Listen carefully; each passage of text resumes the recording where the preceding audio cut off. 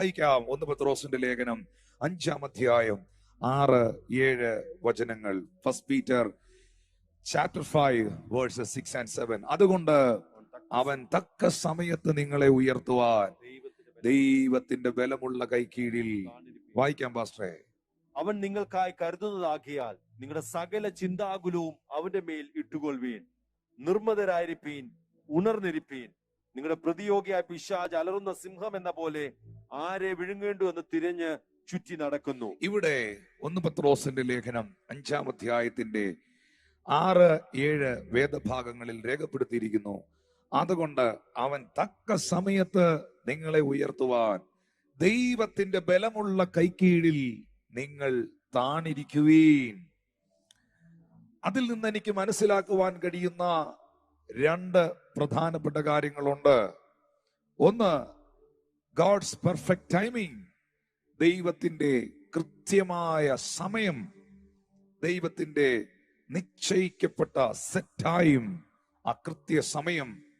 2, ആ കൃത്യമായ സമയത്ത് നാം ഉയരപ്പെടണമെങ്കിൽ, ദൈവത്തിന് നമ്മളെ കരുതുവാൻ കഴിയണമെങ്കിൽ, ദൈവത്തിന്റെ ആ പെർഫെക്റ്റ് ടൈമിൽ നാം ബ്ലെസ്ഡ് ആയി തീരണമെങ്കിൽ, നാം അവന്റെ ബലമുള്ള കൈക്കീഴിൽ താണ് ഇരുന്ന് ഏൽപ്പിച്ചു കൊടുക്കുവാൻ നാം തയ്യാറാകണം.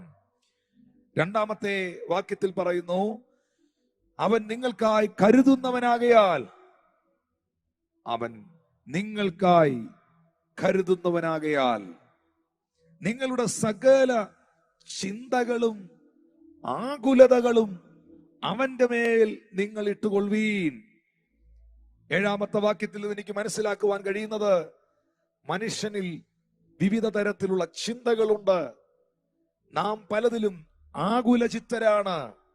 എന്നാൽ ദൈവപൈതലേ, നിന്റെ സകല ചിന്തകളെയും നിന്റെ സകല ആകുലതകളെയും ഇന്ന് ഈ രാത്രിയിൽ സ്വീകരിക്കുവാൻ, ഈ വചനം കേട്ടുകൊണ്ടിരിക്കുമ്പോൾ അതിനെ എടുക്കുവാൻ, നിന്റെ സകല ഭാരവും എന്റെ മേലിട്ടുകൊള്ളുക, ഞാനതിനെ ചുമന്നുകൊള്ളാം എന്ന് പറഞ്ഞ ദൈവം നിന്റെ ചിന്താകുലങ്ങളെ, ആകുലതകളെ, ചിന്തകളിൽ വെളിപ്പെടുന്ന സകല ഭയങ്ങളെ, തിന്മകളെ സ്വീകരിക്കുവാൻ നിങ്ങളുടെ അരികിൽ യേശു വന്നിരിക്കുന്നു. അത് കർത്താവിന് കൈമാറുവാൻ ഇന്ന് രാത്രിയിൽ നിങ്ങൾ തയ്യാറാകുക. അവൻ നിങ്ങൾക്കായി കരുതുന്നവനാകയാൽ, അതിലൊരു ഉറപ്പ് വേണം, അതിലൊരു ഉറപ്പ് വേണം. എന്നെ കരുതുന്ന ഒരു ദൈവമുണ്ട്, എന്റെ കുടുംബത്തെ കരുതുന്ന ഒരു ദൈവമുണ്ട്, എന്റെ തലമുറയെ കരുതുന്ന ഒരു ദൈവമുണ്ട്, എന്റെ നാളുകളിൽ എനിക്ക് വേണ്ടുന്നതെല്ലാം കരുതുന്ന ഒരു നല്ല ദൈവത്തെയാണ് ഞാൻ സേവിക്കുന്നത്. അവൻ എനിക്കായി കരുതുന്ന ദൈവം. നമുക്കറിയാം, വിശുദ്ധ തിരുവചനത്തിനകത്ത് സർവശക്തനാകുന്ന ദൈവത്തിന് വിവിധ നാമങ്ങൾ പരിശുദ്ധാത്മാവ് കൊടുത്തിരിക്കുന്നു, വിവിധ പേരുകൾ കൊടുത്തിരിക്കുന്നു.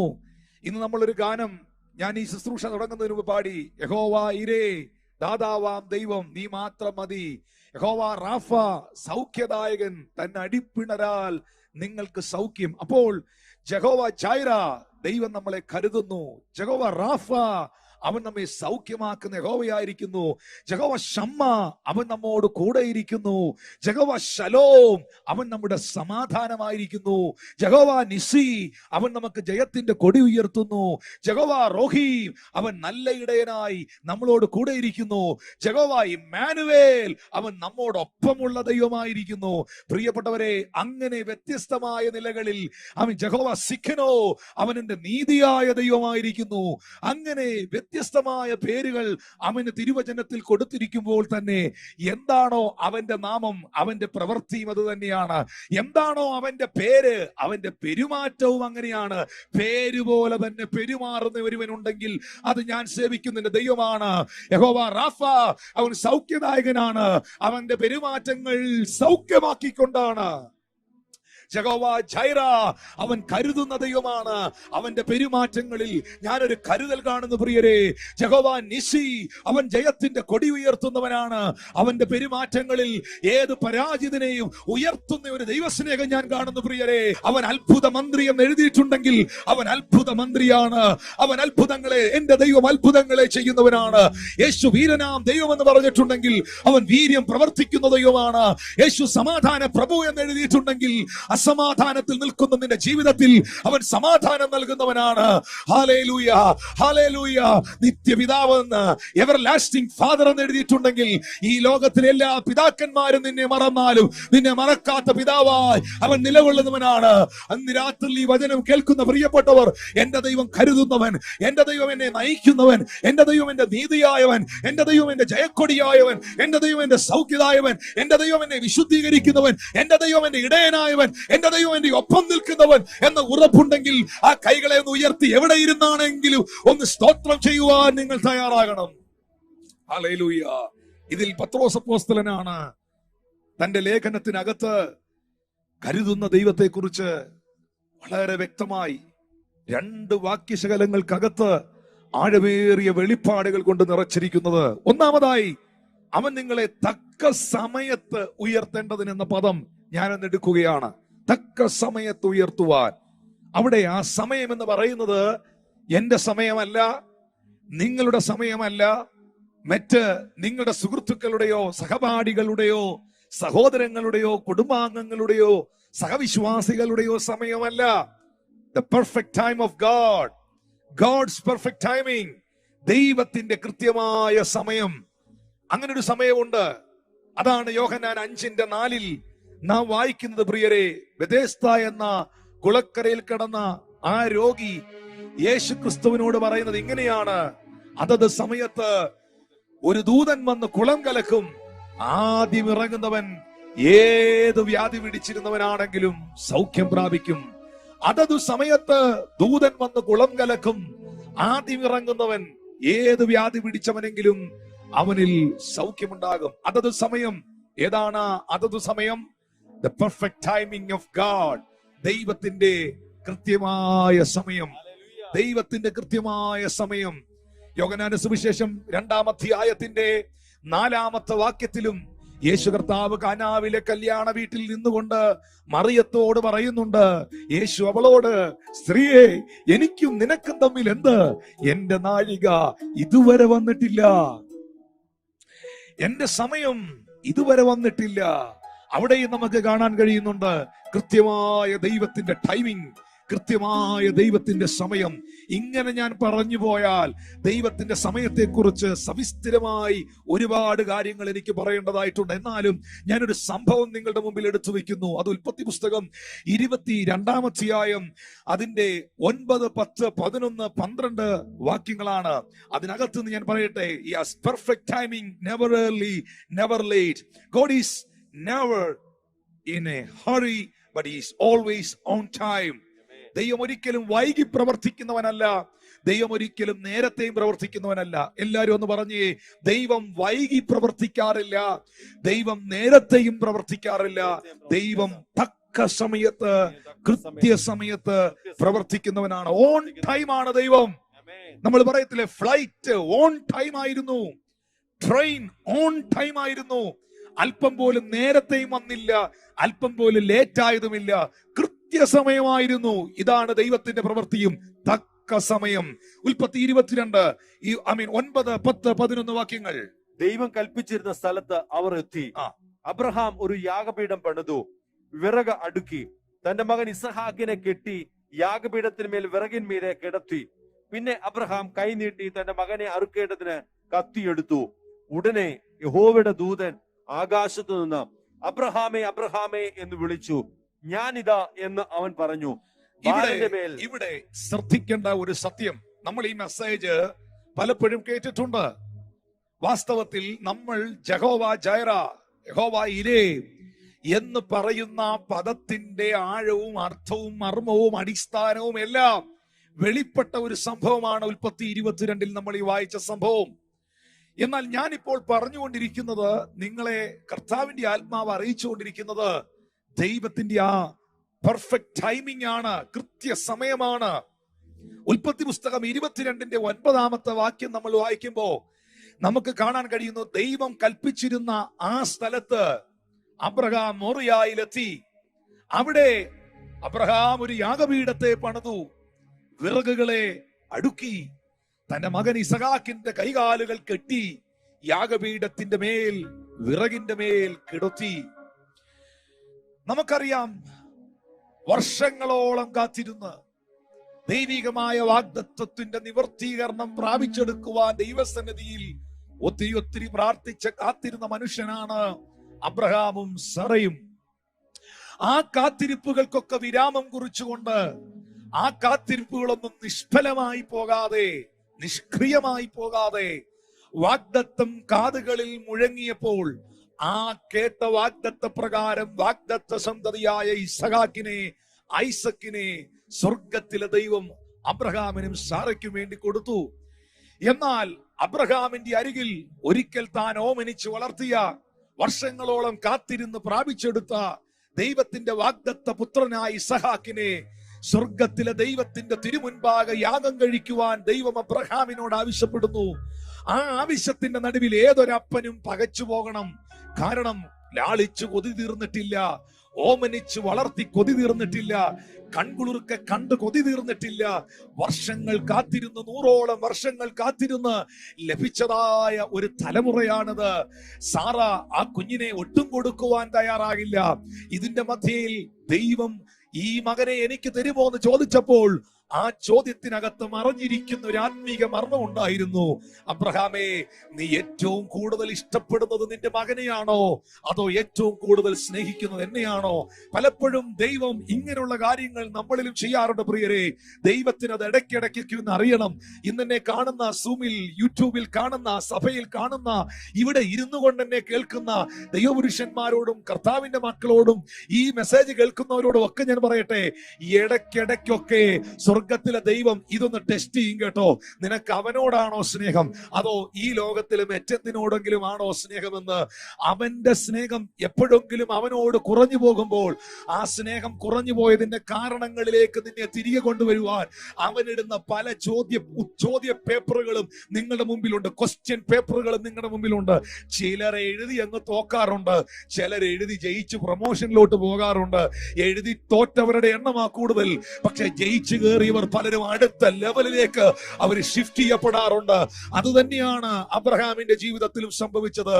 ഒരു ചോദ്യം അവന്റെ മുമ്പിൽ വരികയാണ്, എന്നെ സ്നേഹിക്കുന്നുവോ, നിന്റെ ഏകമകനെ സ്നേഹിക്കുന്നുവോ? ആ ചോദ്യത്തിന്റെ മുൻപിൽ സാറായോട് പോലും ചോദിക്കാതെ, സാറയാണ് അബ്രഹാമിനെ പ്രസവിച്ചത്, ഇസഹാക്കിനെ പ്രസവിച്ചത്, സാറയാണ് അവന് ജന്മം കൊടുത്തത്, സാറയാണ് ആ കുഞ്ഞിനെ വളർത്തിയത്. അബ്രഹാമിനും സാറയ്ക്കും ലഭിച്ച ഈ കുഞ്ഞ് അവരുടെ പൊന്നോമനയാണ്. ആ കുഞ്ഞിനെ യാഗം കഴിക്കുവാൻ മോറിയ മലയിലേക്ക് കൊണ്ടുപോകുന്നതിന് മുൻപ് ബൈബിൾ നോക്കിയിട്ടുള്ളവർക്കറിയാം, അബ്രഹാം ഒരു കാരണവശാലും സാറയോട് പെർമിഷൻ ചോദിച്ചിട്ടില്ല. മകനെ എനിക്ക് തരുമോ എന്നൊരു ചോദ്യം ചോദിച്ചിട്ടില്ല പ്രിയരെ. എന്താ അതിന്റെ കാരണം? സാറയാണ് കുഞ്ഞിനെ പ്രസവിച്ചതെങ്കിലും, സാറയാണ് ഇസഹാക്കിനെ വളർത്തിയതെങ്കിലും, സാറയുടെ പൊന്നോമന പുത്രനെങ്കിലും സാറയോട് അബ്രഹാം ചോദിക്കുന്നില്ല ദൈവത്തിന് ഈ മകനെ ബലി കൊടുക്കാൻ പോകുന്നു എന്ന്. കാരണം അബ്രഹാമിന് ഉടമ്പടി ഉള്ളത് ആരാധനയുടെ വിഷയത്തിൽ ആരോടുമല്ല, സാറയോടല്ല, ഭാര്യയോടല്ല, അനന്തരവനോടല്ല, ലോത്തിനോടല്ല, കുടുംബക്കാരോടല്ല, തന്റെ ബാല്യക്കാരോടും ശുശ്രൂഷകരോടുമല്ല. അബ്രഹാമിന് ഉടമ്പടി ഉള്ളത് ദൈവത്തോടാണ്. അബ്രഹാം ഉടമ്പടി ചെയ്തിരിക്കുന്നത് തന്നെ ഏകനായി വിളിച്ച് അനുഗ്രഹിച്ച ദൈവത്തോടാണ്. അതേ പ്രിയരെ, ഇന്ന് ഈ സത്യം നിങ്ങൾ മനസ്സിലാക്കണം. എനിക്കും നിങ്ങൾക്കും ബന്ധമുള്ളത്, എനിക്കും നിങ്ങൾക്കും ഉടമ്പടി ഉള്ളത്, ഞാനും നിങ്ങളും കണക്റ്റഡ് ആയിരിക്കുന്നത് സർവശക്തനാകുന്ന ദൈവത്തോടാണ്. ആ ദൈവത്തോടുള്ള ഉടമ്പടി ബന്ധത്തിൽ നാം തഴച്ചു വളരുന്നവരായി തീരണം. ആ ഉടമ്പടി ബന്ധത്തിൽ തഴച്ചു വളരുവാൻ നമുക്ക് കഴിഞ്ഞില്ലെങ്കിൽ നമ്മുടെ ക്രിസ്തീയ ജീവിതം പരാജയമാണ്. പലരും ആർക്കൊക്കെയോ വേണ്ടി അവരുടെ വിശ്വാസം അടിയറവ് പറഞ്ഞില്ലേ? വ്യക്തികളെ പ്രസാദിപ്പിക്കുവാൻ, സംഘടനകളെ പ്രസാദിപ്പിക്കുവാൻ, മതനേതാക്കന്മാരെ പ്രസാദിപ്പിക്കുവാൻ, കുടുംബക്കാരെ പ്രസാദിപ്പിക്കുവാൻ, നാട്ടുകാരെ പ്രസാദിപ്പിക്കുവാൻ നിന്നെ പോരാടി പിന്മാറ്റത്തിലേക്ക് കൊണ്ടുപോയി പരാജയപ്പെടുത്തിയ പിശാചിനെ സന്തോഷിപ്പിക്കുവാൻ പലരും വിശ്വാസ ജീവിതം അടിയറവ് പറഞ്ഞ സാഹചര്യത്തിൽ അബ്രഹാമിനെ നോക്കൂ. തന്റെ മകനെ യാഗം കഴിക്കാൻ കൊണ്ടുപോകുമ്പോൾ ഇസഹാക്കിനെ പ്രസവിച്ച സാറയോട് ഒരിക്കലും അബ്രഹാം അനുവാദം ചോദിക്കുന്നില്ല. ആരാധനയുടെ വിഷയത്തിൽ, ദൈവത്തോടുള്ള ബന്ധത്തിൽ, ദൈവത്തോടുള്ള ഉടമ്പടിയിൽ അബ്രഹാമിന് ആരെയും ഒന്നും തെളിയിക്കാനില്ല, ആരുടെയും അനുവാദം ചോദിക്കുവാനുമില്ല. അബ്രഹാമിന് എന്തെങ്കിലും തെളിയിക്കുവാനുണ്ടെങ്കിൽ അത് മനുഷ്യരോടല്ല, തന്നെ വിളിച്ച ദൈവത്തിന്റെ മുൻപാകെയാണ്. ആ മോറിയ മലമുകളിലെത്തി. അവിടെയെല്ലാം നടന്ന് വിറകുകൾ അബ്രഹാമിന്റെ പക്കൽ ഉണ്ടായിരുന്നു. അവിടെ എല്ലാം നടന്ന് കല്ലുകൾ താൻ പെറുക്കിയെടുത്തു. ആ കല്ലുകൾ അബ്രഹാം അവിടെ നിന്നെല്ലാം പെറുക്കിയെടുത്ത് ഒരു യാഗപീഠം പണിയുവാനായിട്ട് ഇടയായി തീർന്നു. നമുക്കറിയാം, മോറിയാമല എന്ന് പറയുന്നത് വലിയൊരു ഭൂപ്രദേശമൊന്നും അല്ല, ഒരു ചെറിയ സ്ഥലമാണ്, ഒരു ചെറിയ മൗണ്ടനാണ്. ആ മൗണ്ടൻ മുഴുവൻ നടന്ന് അബ്രഹാം കല്ലുകളെ പെറുക്കിയിട്ടും മുൾപടർപ്പിന്റെ ഇടയിൽ സ്വർഗത്തിലെ ദൈവം അവന് വേണ്ടി കരുതിയിട്ടിരുന്ന കുഞ്ഞാടിനെ അബ്രഹാമിന് കാണുവാൻ കഴിഞ്ഞില്ല. പ്രിയപ്പെട്ടവരെ, ആ ആടിന്റെ കരച്ചിൽ അവന് കേൾക്കുവാനും കഴിഞ്ഞില്ല. ഒന്നും അവിടെ കാണാൻ കഴിഞ്ഞില്ല. ആട് കുരുങ്ങിക്കിടന്ന മുൾപടർപ്പിന്റെ അരികിൽ നിന്ന് വരെ ഒരു പക്ഷേ അബ്രഹാം കല്ലുകളെ പെറുക്കിക്കൊണ്ടുപോയി യാഗപീഠം പണിത് കാണാം. യാഗപീഠം പണിതു, കൊണ്ടുവന്ന വിറകുകൾ ഓരോന്നും അടുക്കി കയറ്റി. ഇതിന്റെ ഇടയിൽ മോനൊരു ചോദ്യം ചോദിച്ചായിരുന്നു, ഇസഹാക്ക്, അപ്പാ, വിറകും കത്തിയും തീയും ഒക്കെ കാണുന്നു, പക്ഷെ യാഗത്തിനുള്ള മൃഗം എവിടെയാണ്? ആ ചോദ്യത്തിന്റെ മുമ്പിലാണ് പത്രോസൊക്കെ ഇത് പറയുന്നതിന് മുൻപേ അബ്രഹാം വിളിച്ചു പറഞ്ഞത്, യഹോവാ കരുതിക്കൊള്ളും, യഹോവാ ഇരേ, ദൈവം കരുതിക്കൊള്ളും. ഇന്നും ഈ രാത്രിയിൽ അബ്രഹാമിന്റെ മക്കൾ എന്നെ കേൾക്കുന്നുണ്ടോ? ക്രിസ്തുവേശുവിലുള്ള വിശ്വാസത്താൽ അബ്രഹാമിയ സന്തതികൾ എന്നെ ശ്രദ്ധിക്കുന്നുണ്ടോ? നിങ്ങളുടെ ആവശ്യങ്ങൾ അറിഞ്ഞ് ആകാശത്തിന്റെ കിളിവാതിലുകൾ തുറന്ന് നിങ്ങളെ സ്ഥലം പോരാതെ വണ്ണം അനുഗ്രഹിക്കുന്നവനായ ദൈവം നിങ്ങളെ കരുതിക്കൊള്ളുമെന്ന് ഉറപ്പുണ്ടോ? ആ യാഗപീഠത്തിന്റെ മുകളിലേക്ക് ഇസഹാക്കിനെ അബ്രഹാം എടുത്തു കിടത്തി. ഇനിയാണ് ശ്രദ്ധിക്കേണ്ടത് അതിന്റെ 11-12 വാക്യങ്ങൾ. വിറകുകളെ അടുക്കുമ്പോൾ, ശ്രദ്ധിക്കുന്നവർ, എന്നെ കേൾക്കുന്നവർ ഇതൊന്ന് ഏറ്റെടുക്കണം. കല്ലുകളെ പെറുക്കി യാഗപീഠം പണിയുമ്പോൾ അബ്രഹാമിനോട് ദൈവം ഇടപെടുന്നില്ല. വിറകുകളെ അടുക്കുമ്പോൾ അബ്രഹാമിനോട് ദൈവം ഇടപെടുന്നില്ല. ഇസഹാക്കിന്റെ കൈകാലുകൾ കെട്ടി വരിഞ്ഞു മുറുക്കി അതിന്റെ മുകളിലോട്ട് എടുത്ത് കിടത്തുമ്പോൾ ദൈവം അബ്രഹാമിനോട് ഇടപെടുന്നില്ല. എന്നാൽ അരയിൽ കിടന്ന ഉറയിൽ നിന്ന് കത്തി ഊരി മകന്റെ മാറ് പിളർക്കുവാൻ ഊങ്ങുന്ന സമയത്ത് കത്തിക്കും ഇസഹാക്കിനും ഇടയിൽ, ആ ഗ്യാപ്പിൽ, ആ മൊമെന്റിൽ, ആ ടൈമിംഗ്, അതാണ് ഗോഡ്സ് പെർഫെക്റ്റ് ടൈമിംഗ്. അതാണ് ഞാനിപ്പോൾ സംസാരിച്ചുകൊണ്ടിരിക്കുന്ന ദൈവത്തിന്റെ കൃത്യ സമയം. ഹല്ലേലൂയ. കത്തിക്കും ഇസഹാക്കിനും ഇടയിൽ ദൈവം സംസാരിക്കുന്നു. അബ്രഹാമേ, അബ്രഹാമേ എന്ന് വിളിച്ചു. ഞാനിതാ എന്നവൻ പറഞ്ഞു.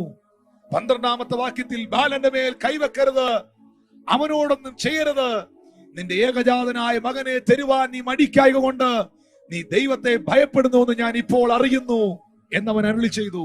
പ്രിയപ്പെട്ടവരെ, എത്ര ശക്തമേറിയ, എത്ര ആക്യുറേറ്റ് ആയിട്ടുള്ള ടൈമിംഗ് ആണിത്. ദൈവത്തിന്റെ ടൈമിംഗ് എങ്ങനെയാണ്? അതുകൊണ്ടാണ് പത്രോസ് പറഞ്ഞത്, അവൻ നിങ്ങളെ തക്ക സമയത്ത് ഉയർത്തുവാൻ.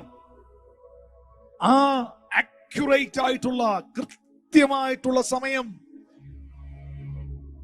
ഇന്ന് ഏതൊക്കെയോ വിഷയങ്ങളിൽ ഭാരപ്പെടുന്നവർ, ഏതൊക്കെയോ വിഷയങ്ങളിൽ ആകുലപ്പെട്ടിരിക്കുന്നവർ, ഏതൊക്കെയോ വിഷയങ്ങളിൽ വളരെ വളരെ വളരെ നിരാശയോടുകൂടെ എന്നെ കേൾക്കുന്നവർ, മക്കളെ, എന്തെങ്കിലും ലേറ്റ് ആയി പോയെന്ന് ചിന്തിക്കുന്നെങ്കിൽ കർത്താവ് നിന്നോട് പറയുന്നു, ലേറ്റ് ആയിട്ടില്ല.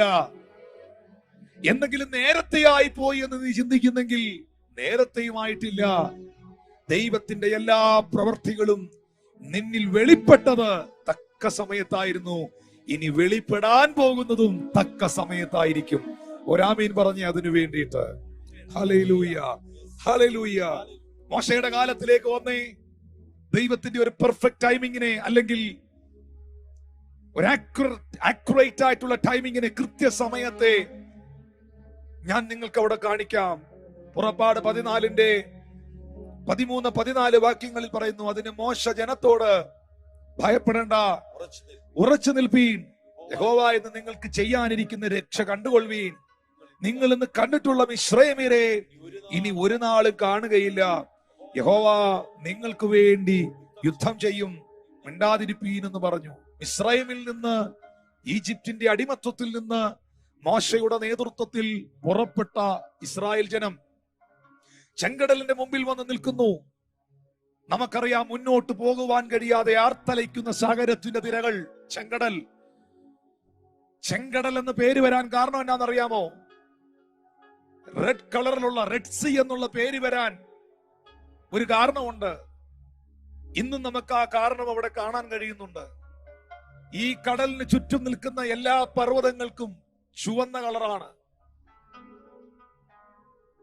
ചെങ്കല്ലുകളാണ്, ചുവന്ന മണ്ണാണ്. സൂര്യന്റെ കിരണങ്ങൾ ആ പർവ്വതങ്ങളിൽ തട്ടി സാഗരത്തിലേക്ക് അടിക്കുമ്പോൾ അതിന്റെ ചില ഭാഗങ്ങളെല്ലാം ചുവന്നതായി തോന്നും. അതുകൊണ്ടാണ് അതിന് ചെങ്കടൽ എന്ന് പേര് വന്നത് തന്നെ. രണ്ട് വലിയ പർവ്വതങ്ങളുടെ ഇടയിൽ നിൽക്കുന്ന ഒരു സാഗരമാണിത്. ഇപ്പോഴും നമുക്ക് ആ കാഴ്ച അവിടെ കാണാം. ആ പർവ്വതങ്ങൾക്ക് ചുവന്ന കളറാണ്. അതിൽ സൂര്യന്റെ കിരണങ്ങൾ തട്ടുമ്പോൾ ആ കിരണങ്ങൾ ഈ കടലിലേക്ക് പതിക്കപ്പെടുമ്പോൾ അതിന്റെ ചില ഭാഗങ്ങളിലും റിഫ്ലക്ട് ചെയ്യുന്നത് ചുവന്നാണ്. ചെങ്കടൽ. അതിന്റെ മുൻപിലാണ് ഇസ്രായേൽ മക്കൾ ഇപ്പോൾ നിൽക്കുന്നത്. മുന്നിലേക്ക് അവർക്ക് പോകുവാൻ വഴികളില്ല. വാഗ്ദത്ത കനാനിൽ എത്തണമെങ്കിൽ മറുകര എത്തണം. ദൈവം പറഞ്ഞ വഴിയിലൂടെയാണ് ഇവർ യാത്ര ചെയ്തത്. ഇവരിതിന്റെ മുൻപിൽ നിന്നു. പുറകെ ഫറവോനും സൈന്യവും വരുന്നു. അവർ കരുതി ഇതെല്ലാം അവസാനിക്കുന്ന സമയം, ഇതെല്ലാം കഴിയാൻ പോകുന്ന സമയം, എല്ലാം തീരാൻ പോകുന്ന സമയം.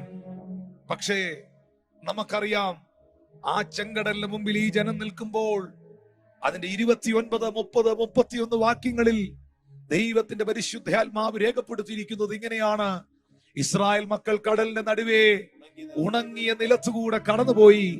വെള്ളം അവരുടെ ഇടത്തും വലത്തും മതിലായി നിന്നു. ഇങ്ങനെ യഹോവ ആ ദിവസം ഇസ്രായേലിനെ മിസ്രയീമ്യരുടെ കയ്യിൽ നിന്ന് രക്ഷിച്ചു.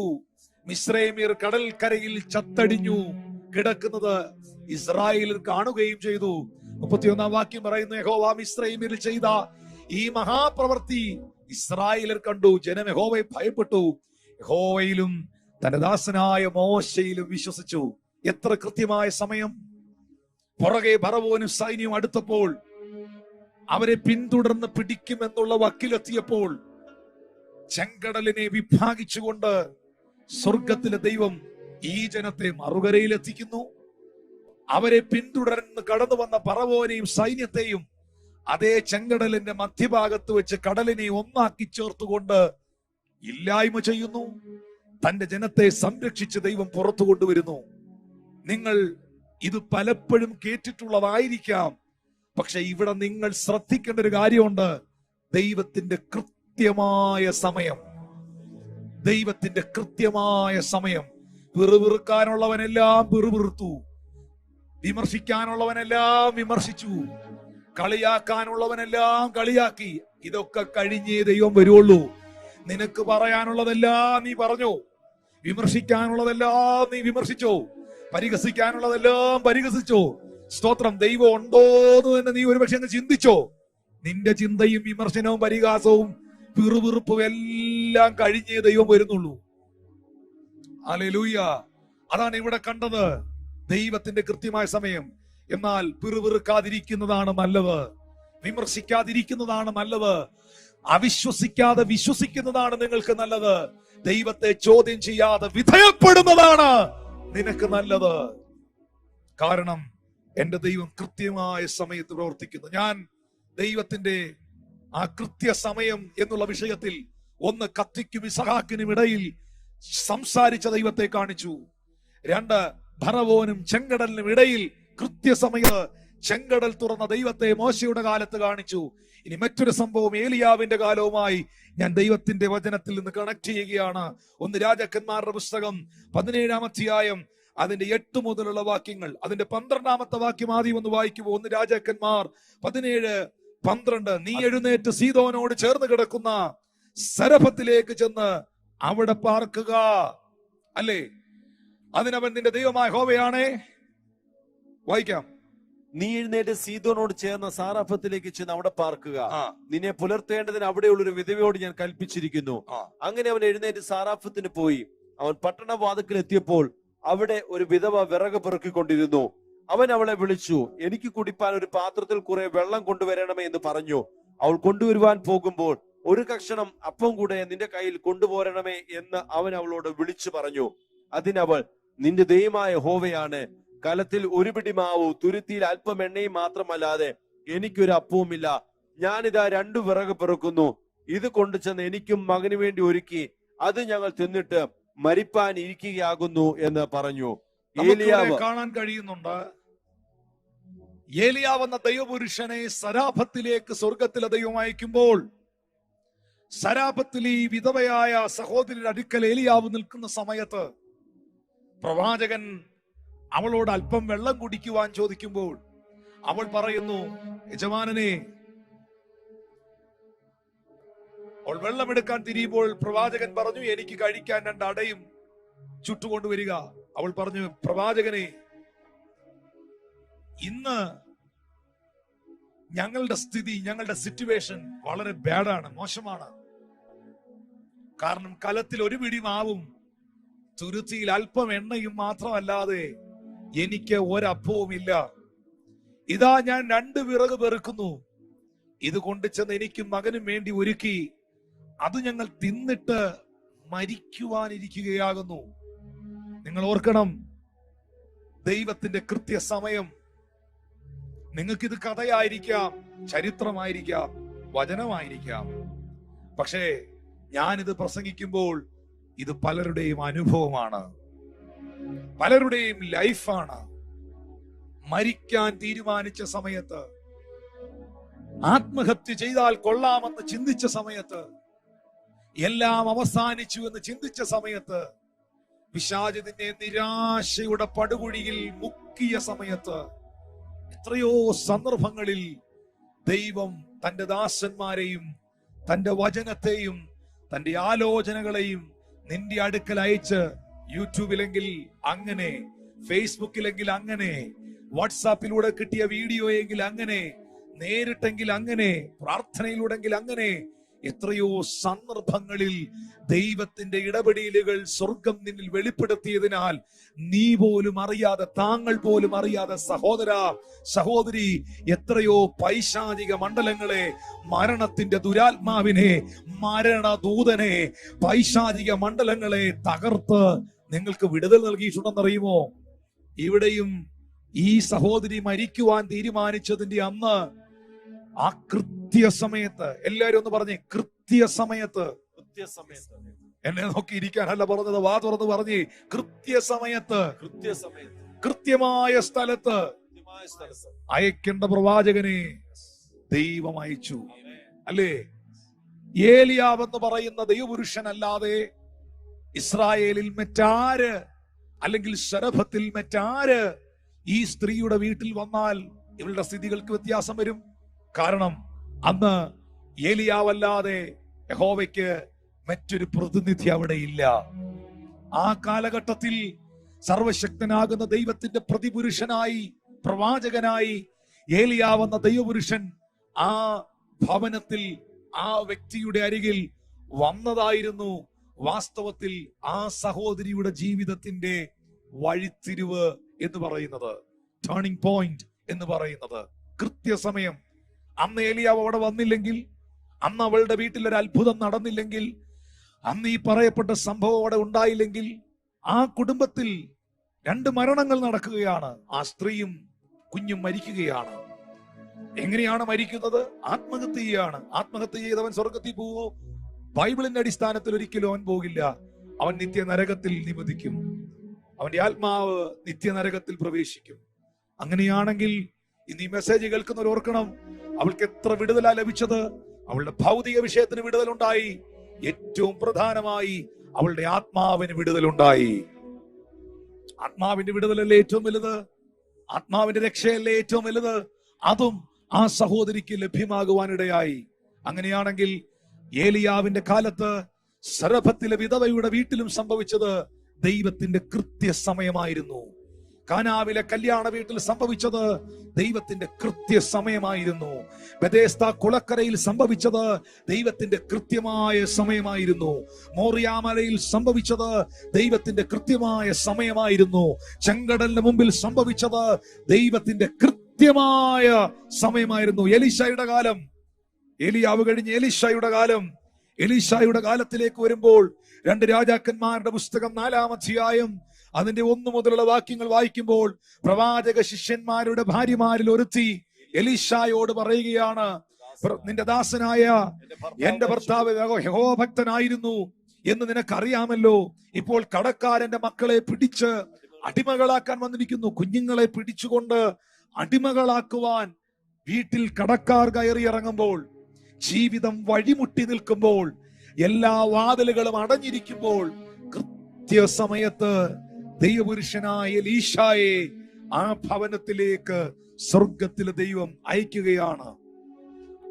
എലീശ എന്ന പ്രവാചകൻ അന്ന് ആ സഹോദരിയുടെ വീട്ടിൽ വന്നില്ലെങ്കിൽ അവളുടെ കുഞ്ഞുങ്ങളെ കടക്കാർ പിടിച്ചു കെട്ടിക്കൊണ്ട് അടിമകളായി കൊണ്ടുപോകും. നമ്മൾ ഇന്നലത്തെ മെസ്സേജിൽ കേട്ടു, നയമാൻ എന്ന് പറയുന്ന മനുഷ്യന്റെ കാലഘട്ടത്തിൽ സിറിയയിൽ അടിമയായി പിടിച്ചുകൊണ്ടുവന്ന ഒരു പെൺകുട്ടിയിലൂടെ ആയിരുന്നു നയമാൻ എന്ന് പറയുന്ന മനുഷ്യൻ എലീശ എന്ന പ്രവാചകനെ പരിചയപ്പെട്ടതും ആ ഇസ്രായേലിൽ ചെന്ന് 7 തവണ യോർദാനിൽ മുങ്ങി സൗഖ്യം പ്രാപിച്ചതും.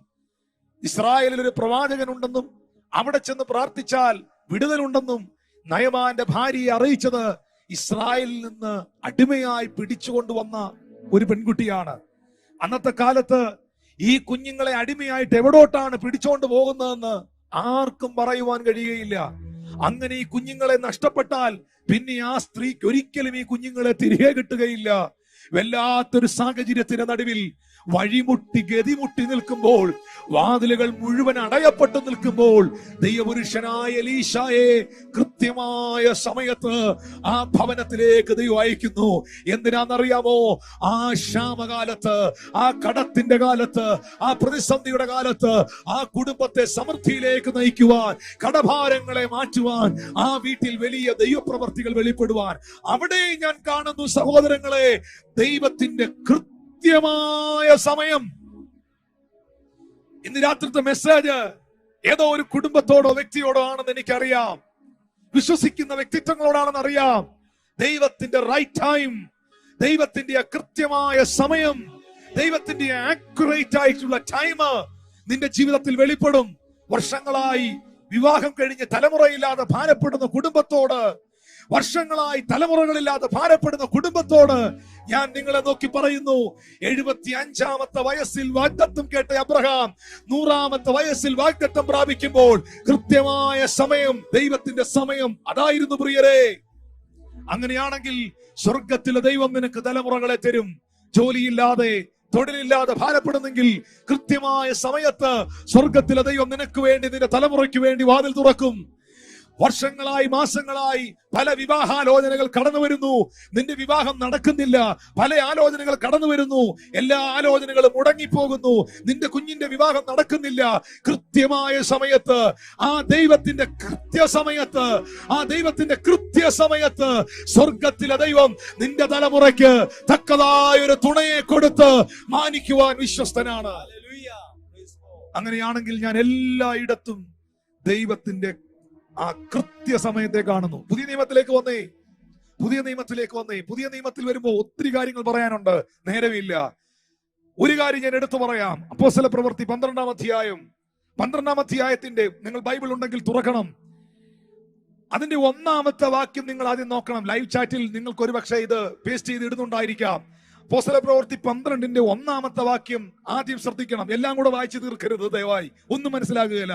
ഒന്നാമത്തെ വാക്യം, ആ കാലത്ത് ഹെരോദ രാജാവ് സഭയിൽ ചിലരെ പീഡിപ്പിക്കേണ്ടതിന് കൈനീട്ടി യോഹന്നാന്റെ സഹോദരനായ യാക്കോബിനെ ഹെരോദ വാൾ കൊണ്ട് കൊന്നു. അപ്പൊ അങ്ങനെ ഒരു സാഹചര്യം. ഹെരോദ രാജാവ് അപ്പോസ്തലനായ യാക്കോബിനെയും പത്രോസിനെയും തടവിലാക്കി. തലേ ദിവസം യാക്കോബിനെ കഴുത്ത് വെട്ടി കൊന്നു കളഞ്ഞു. നെക്സ്റ്റ് ഡേ, പിറ്റേ ദിവസം പത്രോസിനെ കൊല്ലുവാൻ അവർ തയ്യാറായി. അവനെയും പിടിച്ചു.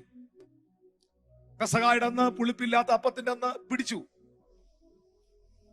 എന്നാൽ അതിന്റെ 5-ാമത്തെ വാക്യത്തിൽ വരുമ്പോൾ നാം കാണുന്നു, ഇങ്ങനെ പത്രോസിനെ തടവിൽ സൂക്ഷിച്ചിരിക്കുമ്പോൾ സഭ ശ്രദ്ധയോടെ അവന് വേണ്ടി ദൈവത്തോട് പ്രാർത്ഥന കഴിച്ചു. ഈ സഭയുടെ പ്രാർത്ഥന എന്ന് പറയുന്നത് ഏറ്റവും പ്രധാനപ്പെട്ട ഒന്നാണ്. സഭയോട് പരിശുദ്ധാത്മ പറയുന്നു, പ്രാർത്ഥിക്കുക.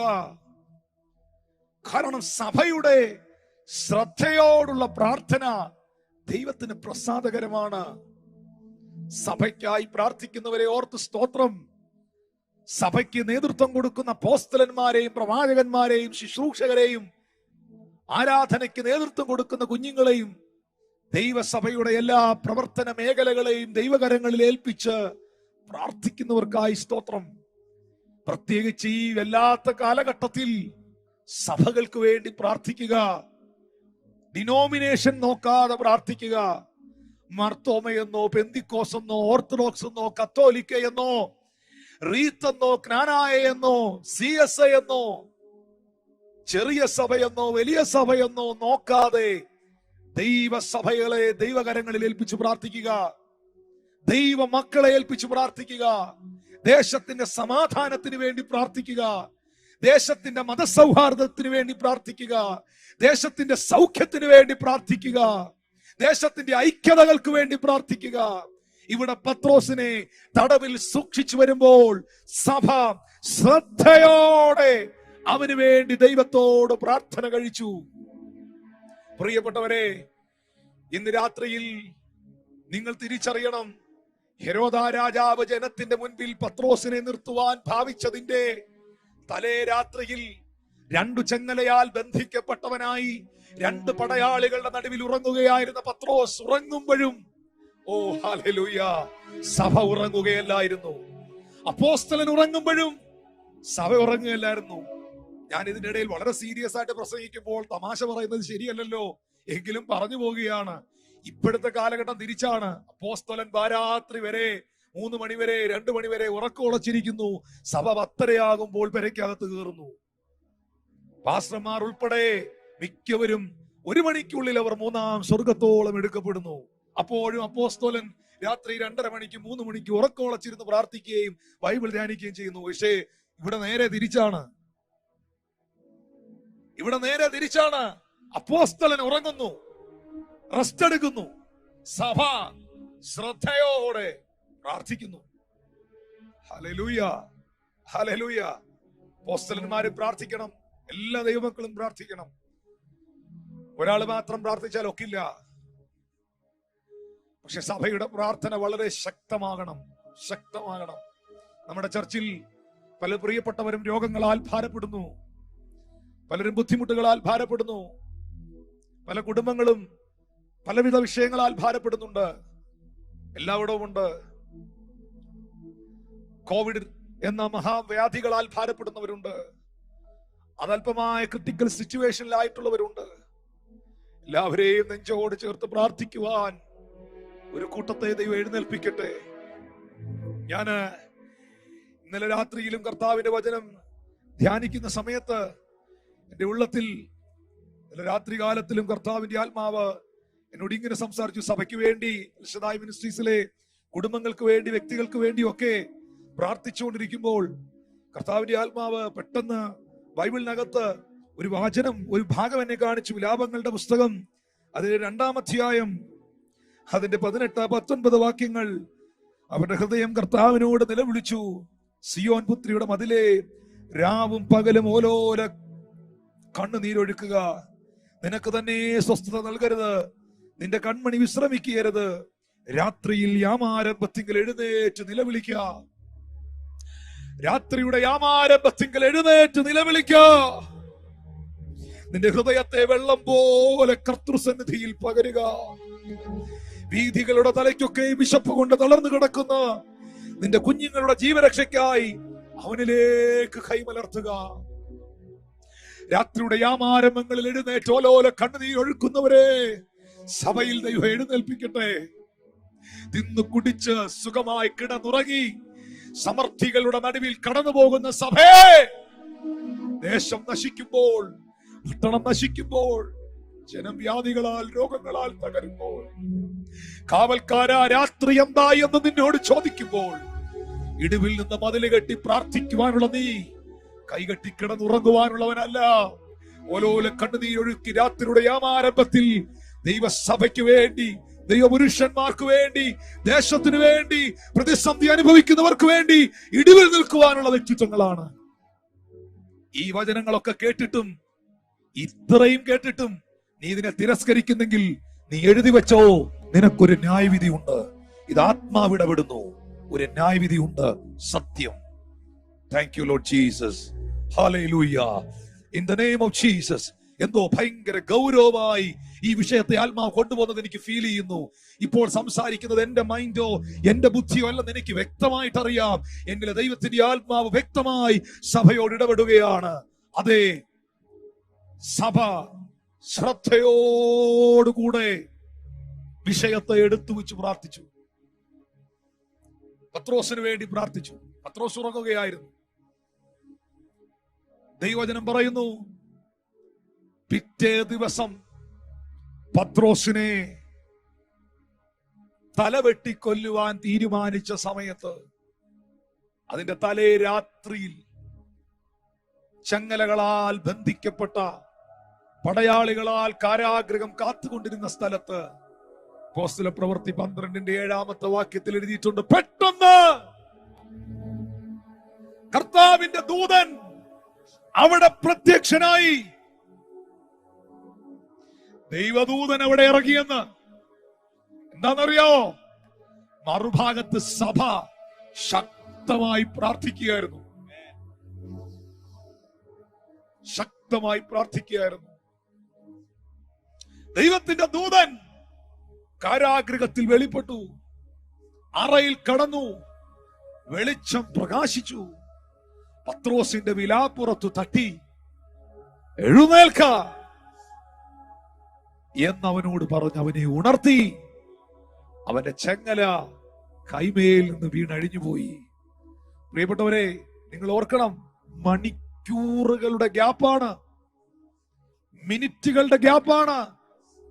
അസ്തമിച്ച സൂര്യൻ ഉദിക്കുന്നതിന് മുൻപ് ഉദയസൂര്യന്റെ കിരണങ്ങൾ വെളിപ്പെടാൻ മിനിറ്റുകളും മണിക്കൂറുകളും ഉള്ള സമയം ബാക്കി നിൽക്കുമ്പോൾ, നേരം വെളുത്താൽ പത്രോസിന്റെ ശിരച്ഛേദനമാണ്. പക്ഷെ ആ ദൈവത്തിന്റെ കൃത്യസമയം നിങ്ങൾ കാണുന്നോ? ദൈവത്തിന്റെ ആ കൃത്യമായ സമയം നിങ്ങൾ ശ്രദ്ധിക്കുന്നോ? വേണമെങ്കിൽ പത്രോസിനെ ചങ്ങലയാൽ പിടിച്ചു കെട്ടുമ്പോ ദൈവത്തിന് പത്രോസിനെ സേവ് ചെയ്യാമായിരുന്നു.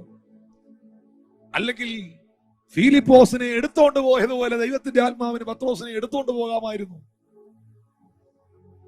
അല്ലെങ്കിൽ ദേശാന്തര ശക്തിയുടെ കണ്ണുകളെ തിമിരം പിടിപ്പിച്ചതുപോലെ പിടിക്കാൻ വന്നവന്റെ കണ്ണുകളെയെല്ലാം ദൈവത്തിന് ബ്ലൈൻഡ് ആക്കി കളയാമായിരുന്നു. ഇതൊന്നും ദൈവം ചെയ്തില്ല. കാരണം ദൈവത്തിന് പ്രവർത്തിക്കാൻ ഒരു കൃത്യസമയമുണ്ട്. ദൈവത്തിന് പ്രവർത്തിക്കാൻ വളരെ ആക്യുറേറ്റ് ആയിട്ടുള്ള കൃത്യമായ ഒരു സമയമുണ്ട്. ആ സമയം വെളിപ്പെടണമെങ്കിൽ സഭയുടെ പ്രാർത്ഥന ആവശ്യമാണ്. പ്രിയരെ, പ്രാർത്ഥന ആവശ്യമാണ്. സഭ പ്രാർത്ഥിച്ചുകൊണ്ടിരിക്കുമ്പോൾ വിലാപ്പുറത്ത് ദൂതൻ തട്ടി എഴുന്നേൽപ്പിച്ചവനെ കൊണ്ടുപോയി. ചെങ്ങലയൊക്കെ കയ്യിൽ നിന്ന് തന്നെ അഴിഞ്ഞുപോയി. നമുക്ക് വേണ്ടി പ്രാർത്ഥിക്കാനൊക്കെ ചിലരുണ്ടെങ്കിൽ നമ്മളെയൊക്കെ കവർ ചെയ്ത് പിടിക്കാൻ ചിലരുണ്ടെങ്കിൽ ആരൊക്കെ എവിടെയൊക്കെ എന്നെ ആക്കിയിട്ട് ബന്ധിച്ചെന്ന് പറഞ്ഞാലും അതൊക്കെ തന്നെ അഴിഞ്ഞു പോവും. പക്ഷെ പലരും അത് മറന്നുപോയിട്ടുണ്ട്.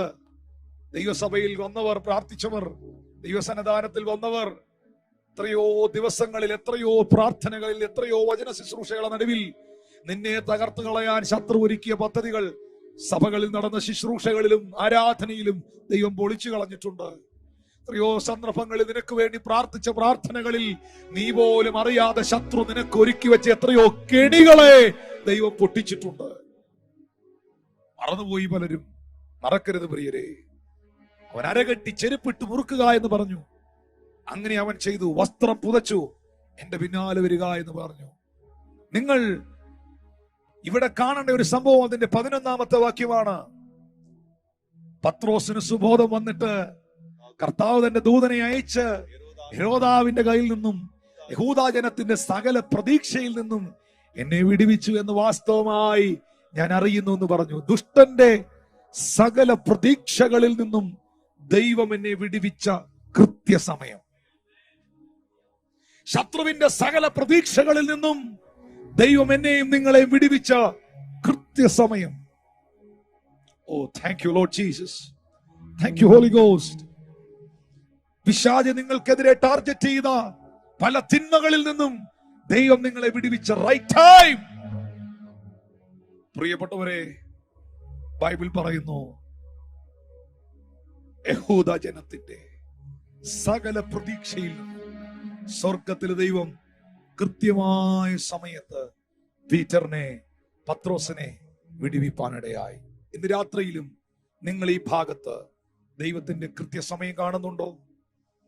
ദൈവത്തിന്റെ ആ കൃത്യമായ അക്യുറേറ്റ് ആയിട്ടുള്ള ടൈമിംഗ് നിങ്ങൾ കാണുന്നുണ്ടോ? ചെങ്കടലിന്റെ നടുവിൽ നിങ്ങൾ അത് കാണുന്നുണ്ടോ? ബെഥേസ്ദ കുളക്കരയിൽ നിങ്ങൾ അത് കാണുന്നുണ്ടോ? എന്നെ കേൾക്കുന്ന പ്രിയപ്പെട്ടവരെ, മോറിയ മലയിൽ നിങ്ങളത് കാണുന്നുണ്ടോ? സാരാപത്തിലെ വിധവയുടെ വിഷയത്തിൽ നിങ്ങൾ കാണുന്നുണ്ടോ? പ്രവാചക ശിഷ്യന്മാരുടെ ഭാര്യമാരിൽ ഒരുത്തി കുഞ്ഞുങ്ങളെ കടക്കാർ പിടിച്ചുകൊണ്ടുപോകാൻ നിൽക്കുന്ന ആ വേളകളിൽ നിങ്ങൾ കാണുന്നുണ്ടോ? പത്രോസ് കാരാഗ്രഹത്തിലായിരുന്നപ്പോൾ കാരാഗ്രഹത്തിന്റെ അകത്ത് നേരം പുലരുവാൻ മണിക്കൂറുകൾ ബാക്കി നിൽക്കുമ്പോൾ രാത്രിയുടെ യാമത്തിൽ സഭയുടെ പ്രാർത്ഥനയുടെ നടുവിൽ തന്റെ ദാസനെ വിടുവിച്ച ദൈവത്തെ നിങ്ങൾ കാണുന്നുണ്ടോ? അങ്ങനെയാണെങ്കിൽ നിങ്ങളുടെ സമയമല്ല ദൈവത്തിന്റെ സമയം. നിങ്ങളുടെ വഴികളല്ല ദൈവത്തിന്റെ വഴികൾ. നിങ്ങളുടെ വിചാരങ്ങളെക്കാൾ അപ്പുറമാണ് നിങ്ങളെ കുറിച്ചുള്ള ദൈവത്തിന്റെ വിചാരങ്ങൾ. നിങ്ങളുടെ വഴികളെക്കാൾ അപ്പുറമാണ് നിങ്ങളെ കുറിച്ചുള്ള ദൈവത്തിന്റെ വഴികൾ.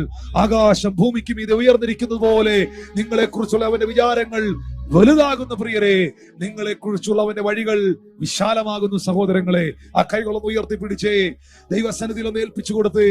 കർത്താവേ, എനിക്കായി, എന്റെ കുടുംബത്തിനായി, എന്റെ ശുശ്രൂഷയ്ക്കായി, എന്റെ ജീവിതത്തിനായി, എന്റെ വാഗ്ദത്തങ്ങൾ നിറവേറപ്പെടേണ്ടതിനായി നീ വരിച്ചിരിക്കുന്ന തക്ക സമയം, ആ കൃത്യമായ സമയം എന്റെ ജീവിതത്തിൽ